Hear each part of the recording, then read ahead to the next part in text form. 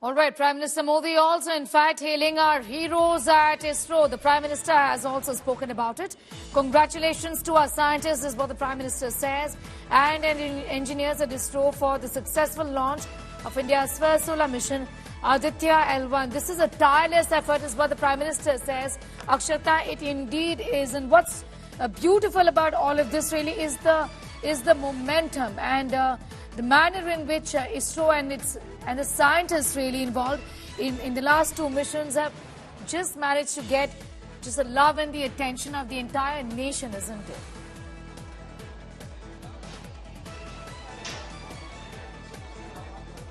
You know, I've said this time and again, Sneha, but I'm going to repeat it, that for a change today, on a day when you have an India-Pakistan match, you still have everyone talking about space. So space has reached the same level as sport right now in India. It's created this frenzy, it's created this craze, and we're absolutely loving it because, you know, there couldn't be better recognition of our Isro heroes, of our scientists. I'm glad that Dr. Somnath also in this briefing there a few moments ago also gave us a very crucial update on Chandrayaan 3, saying that rover Pragyan has moved about 100 meters away from the lander, and he says they'll go to sleep now for some time because night is going to hit. The 14 days is almost up. But coming back to Aditya L1, Sneha, it's a long journey, and you heard that from Dr. Somnath, you heard that from the project director, also from Ms. Shaji. All of them highlighted this, that it's going to take about 120 to 125 days, 4 months in all. So we don't really have a date like with Chandrayaan 3 when the launch had taken place here in Sriharikota.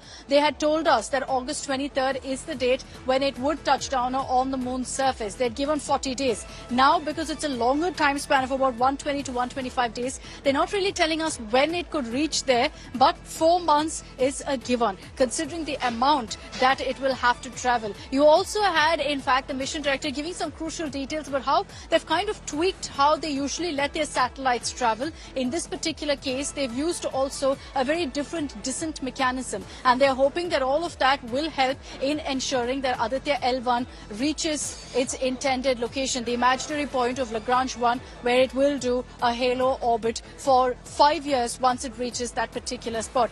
Picture perfect textbook launch as expected, Sneha. We expect nothing less from our Isro scientists, considering that all over the world they're recognized right now for their perfect launches. And of course, other countries also come to us to ensure that these kind of launches take place, courtesy our PSLV and our GSLV. In this case, it was the PSLV C-57. The sheer power of that monster, I think when I witnessed it firsthand here, I realized that the name India's Bahubali is so very fitting for this particular rocket, because the sheer power that it unleashes as it went up to the skies. 63 minutes, Sneha. This is the longest launch that we've seen ever by the PSLV. 63 minutes it took for the final phase to be accomplished, which is when you saw the applause breaking out, and of course those pictures that always bring a smile to all of our faces of the Isro chief, of Dr. Somnath, being congratulated by everyone happy, and all hugs being exchanged.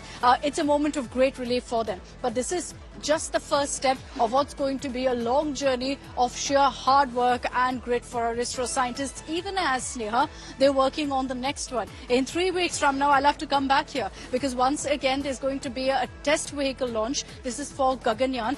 It's the first step of many more tests that will happen. But nonetheless, a huge moment, and a moment of great pride for all of us. I'm going to be catching, hopefully, Mr. Somnath and the entire team behind Aditya L1 here in a few moments. They're going to be headed here anytime now. So we'll be getting you those live images and hopefully their exclusive first reactions.